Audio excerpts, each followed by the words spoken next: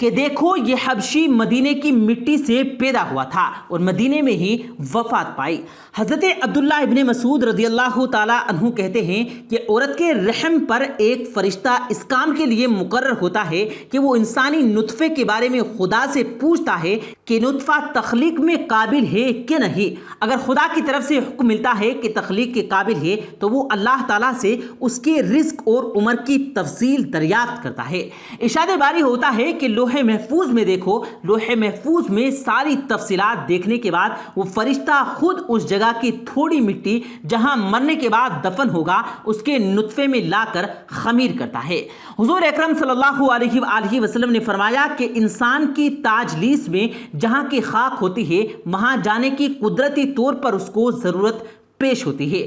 ایک روایت ہے ملک الموت ایک روز حضرت سلیمان علیہ السلام کے پاس گئے، وہاں انہوں نے ان کے ایک مسجد کو اس طرح تیز نظروں سے گھور کر دیکھا تو اس نے حضرت سے دریافت کیا کہ یہ اخکس کون تھا جس نے مجھے اس طرح سے گھور کر دیکھا؟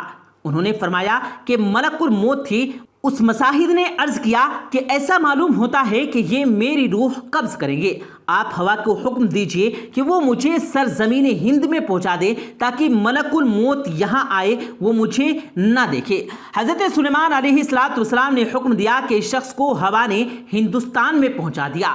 جب ملک الموت آئے تو آپ نے پوچھا کہ تم نے میرے مساحد کو کیوں غروب کر دیا؟ ملک الموت نے کہا حضرت مجھے اللہ تعالیٰ کی طرف سے حکم ہوا تھا کہ اسی گھڑی اس شخص کی ہندوستان میں روح قبض کرو، وہ یہاں آپ کے پاس بیٹھا ہوا تھا۔ میں نے اسے دیکھ کر سوچا کہ یہ اتنی جلدی ہندوستان کیسے پہنچے گا، لیکن جب میں وہاں گیا اور اسے بھی وہیں پایا اور میں نے اس کی روح قبض کر لی۔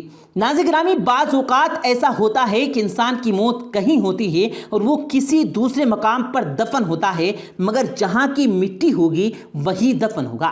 مثلا اس دور کا ایک مشہور واقعہ یہی سمجھانے کے لیے کافی ہے کہ رئیس الاحرار حضرت مولانا محمد علی رحمۃ اللہ علیہ کی وفات لندن میں ہوئی اور آپ بیت المقدس میں مدفون ہوئے۔ اسی طرح کی بہت سی مثالیں ملتی ہیں، اور جو لوگ دریا میں بہا دیے جاتے ہیں یا جلا دیے جاتے ہیں، اللہ رب العزت ان کے مسخ اور بکھرے ہوئے ذرات کو جمع کرنے کی قدرت رکھتا ہے اور ممکن ہے کہ وہ ذرات زمین کے سپرد کر دیے جاتے ہوں۔ ناظرین گرامی، جان نکلنے کی تکلیف اور سختیاں انسان اپنی آنکھوں سے دیکھتا ہے کہ مرنے والا کتنی تکلیف میں مبتلا رہتا ہے، پھر بھی لوگ غفلت میں پڑے رہتے ہیں۔ اگر ذرا بھی سمجھ سے کام لیں تو یہی ان کی عبرت کے لیے کافی ہے۔ علماء ربانی اس بات پر متفق ہیں کہ جان نکلنے سے زیادہ سنگین کوئی درد نہیں۔ اگر انسانی جسم کے ٹکڑے کر دیے جائیں پھر بھی سرخراتی موت کی تکلیف کے سامنے کم ہے۔ شداد ابن اوس سے روایت ہے کہ اگر کوئی شخص آرے سے چیرا جائے یا دیگ میں بند کر کے پکایا جائے، جان نکلنے میں اس سے بھی زیادہ تکلیف ہوتی ہے۔ ایک اور روایت ہے کہ کسی نے حضور کریم صلی اللہ علیہ وآلہ وسلم سے سوال کیا کہ سکرات موت کی تکلیف کیسی ہوتی ہے؟